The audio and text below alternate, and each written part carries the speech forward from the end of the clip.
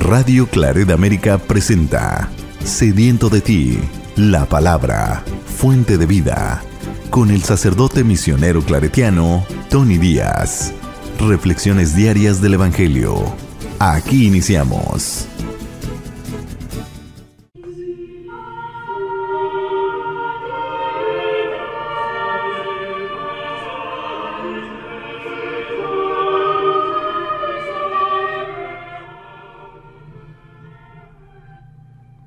Bienvenidos hermanos a nuestras reflexiones del Evangelio del día. Hoy es lunes de la segunda semana del tiempo ordinario.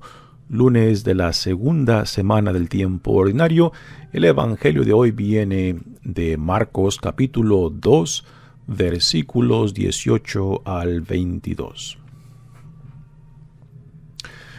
En una ocasión en que los discípulos de Juan el Bautista y los fariseos ayunaban, algunos de ellos se acercaron a Jesús y le preguntaron: ¿por qué los discípulos de Juan y los discípulos de los fariseos ayunan y los tuyos no? Jesús les contestó: ¿cómo van a ayunar los invitados a una boda, mientras el esposo está con ellos? Mientras está con ellos el esposo, no pueden ayunar. Pero llegará el día en que el esposo se les será quitado, y entonces sí ayunarán.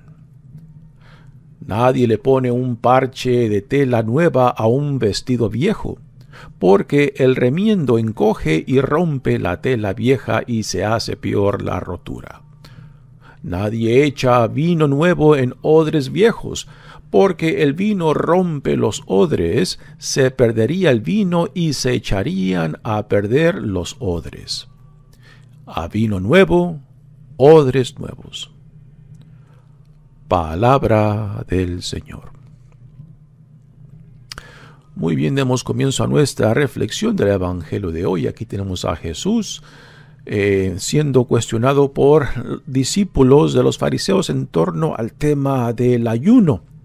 Un tema que aún hoy en día resalta particularmente en las temporadas de la Cuaresma y Adviento, y para algunas personas como una forma de disciplina personal en su caminar con Cristo, ¿no?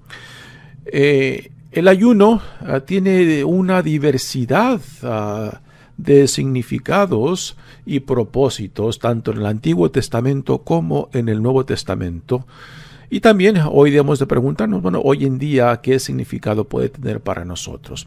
En el Antiguo Testamento, el ayuno se utilizaba como una expresión para expresar al arrepentimiento por pecados cometidos. Para otros, era una expresión de recordar la liberación de la cual Dios nos ha dado de nuestros pecados, ¿no?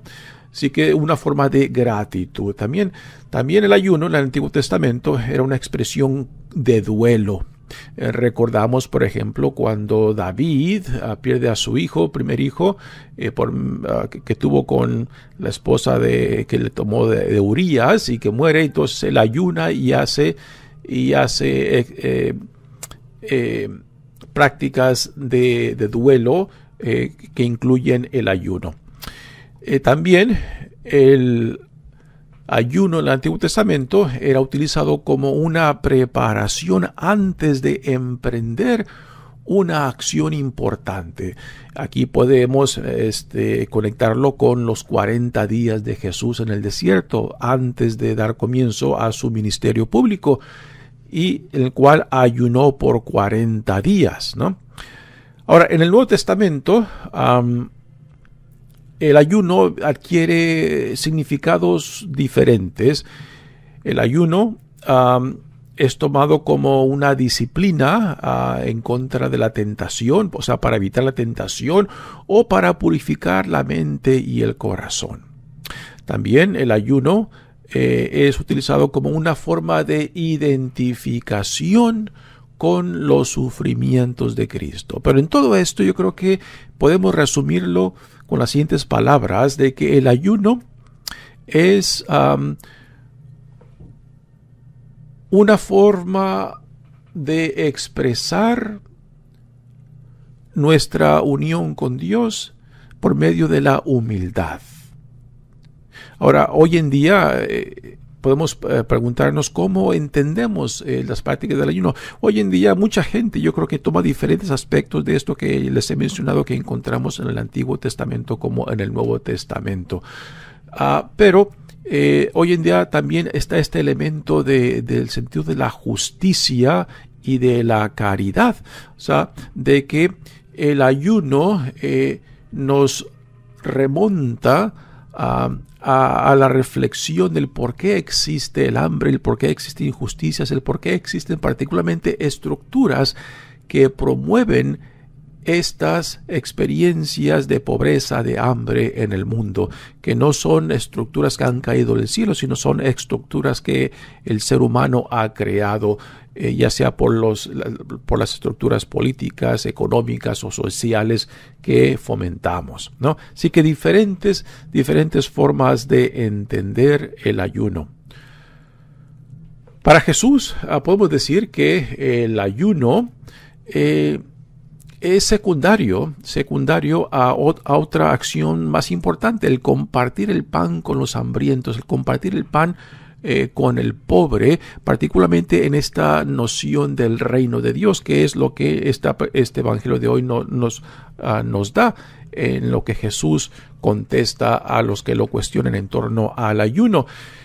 Para Jesús, su presencia en el mundo, su presencia es la inauguración de algo que Dios está llevando a cabo. ¿Y qué es esta inauguración? Es la inauguración del reinado de Dios, de que en la persona de Jesús se inaugura una nueva época, una nueva era en la cual los valores del reino, que son el amor, la compasión, la misericordia y la justicia de Dios, se establecen como los principios de todos aquellos que se identifican con la visión del reino que Él promueve y el ser parte de este reino, como ciudadano de esta nueva realidad que Dios hace presente en Cristo y por medio de Cristo. Y mientras Él está presente, pues es un tiempo de fiesta, es un tiempo de banquetear, es un tiempo de celebrar, no de ayunar. Pero dice ya después el novio se les será quitado y entonces sí ayunarán. Con los diferentes sentidos que ya he mencionado que encontramos en el Nuevo Testamento como en el Antiguo Testamento como en el Nuevo Testamento, ¿no? Así que diferentes formas de acercarnos a Dios en humildad. Y en un sentido de que vivimos en una constante dependencia de Dios. Nunca podemos llegar a un punto en que podamos decir ya somos autosuficientes en el caminar con Cristo. No, somos creados bajo una relación tanto con Dios que después nos une al prójimo, ¿no? Así que nunca podemos llegar a una idea de que ya somos autosuficientes en nuestro caminar con Cristo, en nuestra relación con Dios. Siempre estamos en una realidad de que necesitamos de Dios como necesitamos del aire mismo, como necesitamos del agua misma, como necesitamos del alimento para existir y para crecer y para madurar, ¿no? Igualmente Dios es esto, algo fundamental para nuestra existencia, algo fundamental para nuestra realización como lo que Dios dice que somos, hijos e hijas amados de Él, ciudadanos del reino inaugurado en Jesucristo. Y después aquí Jesús nos da un par de comparaciones, lo cual son muy radical. En los evangelios tenemos diferentes rostros de Jesús, ¿no? Desde un Jesús muy liberal hasta un Jesús muy conservador. Por ejemplo, el Jesús de Mateo, podemos decir que es un Jesús más tradicional, más conservador. Sin embargo, el Jesús de Marcos es un Jesús muy radical, como también lo es el de Lucas, ¿no? Y esto en realidad previene a esta gran tentación que tenemos de reducir a Jesús a nuestras ideologías, a nuestra política, a nuestros perjuicios, a nuestras formas de pensar o antojos que tenemos de cómo queremos Dios que sea, ¿no?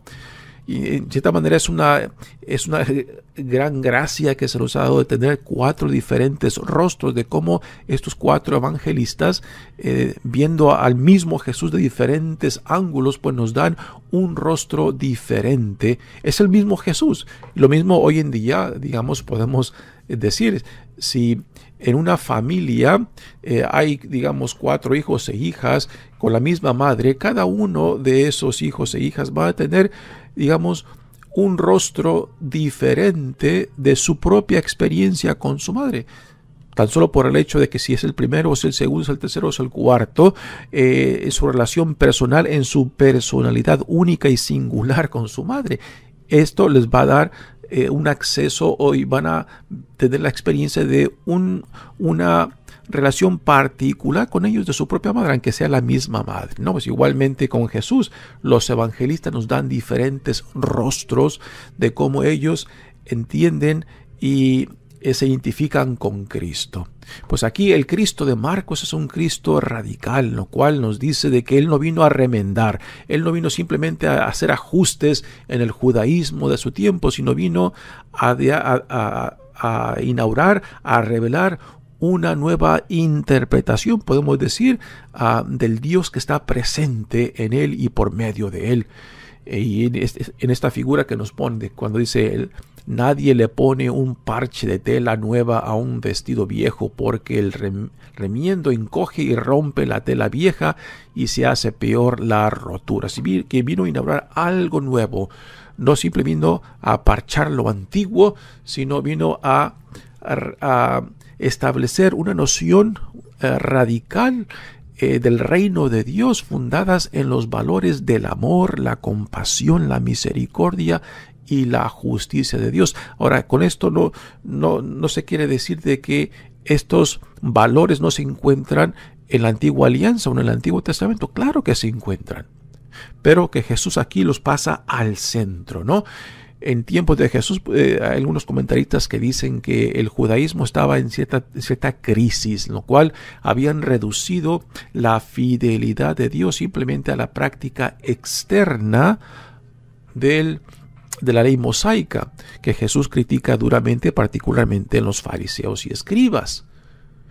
Pero que en esta crítica Jesús hacía resaltar la inconsistencia entre lo que enseñaban y lo que practicaban, lo que promovían y lo que ellos mismos no se atrevían a hacer, pero que imponían sobre otros, ¿no? Y esta es una crítica constante que Jesús hace de la inconsistencia y que a veces Jesús llama la hipocresía de los fariseos hipócritas. Ahora, esta inconsistencia e hipocresía no es única a los fariseos ni a los escribas. Es algo que se encuentra en todas las religiones, en todas las sociedades, en todas las agrupaciones, cuando hay una inconsistencia en lo que profesamos y en lo que vivimos, ¿no? Y particularmente en estas imágenes que Jesús nos da de la ropa nueva y vieja, de que no están para ahí para remendar, sino para revelarnos una nueva forma radical de nuestra relación con Dios en el Espíritu, por medio del amor, de la compasión, la misericordia y la justicia. Los pilares fundamental del reino que Dios en Jesucristo está inaugurando. Después nos da la segunda imagen de el vino y las odres. Antiguamente, antes de que se añejaran el vino en barriles, pues se añejaban en odres que eran de piel de animales, y en esas pieles pues se dejaba el vino del año presente para que se añejara, ¿no? Y con el tiempo, pues particularmente con el añejamiento del vino, el vino va produciendo gases que forza a las odres a extenderse. Entonces, un vino nuevo se tiene que poner en odres nuevas que tienen la capacidad aún todavía elástica de poder resistir la formación de los gases del añejamiento. Unas odres ya viejas o ya que han sido utilizadas varias veces, pues entonces ya han perdido esa elasticidad, y cuando el vino nuevo pues se fermenta y se añeja, pues esos gases van a forzar esas odres que ya no tienen capacidad de estrecharse, y por eso el peligro de que se rompan y se pierda tanto las odres como el vino. Nuevamente, el mensaje de Jesús es de que no he venido a remendar, he venido para inaugurar el reinado de Dios, una época nueva, lo cual requiere ojos nuevos, oídos nuevos, un corazón dispuestos a recibir lo que Dios está haciendo hoy en día, ¿no? Y esto es un reto aún para nosotros hoy en día, de no simplemente conformarnos con lo previo, con la tradición, sino que siempre estar dispuesto a dejarse sorprender por lo que Dios viene haciendo hoy en día, de no querer forzar a Jesús simplemente a lo del pasado, sino que si Dios es un Dios vivo, entonces es un Dios que constantemente viene a sorprendernos, y para tener esta capacidad de recibirlo y reconocerlo, pues entonces hemos de tener ojos dispuestos a ver cómo Dios quiere ser visto, quiere ser, y oídos como Dios quiere ser escuchado,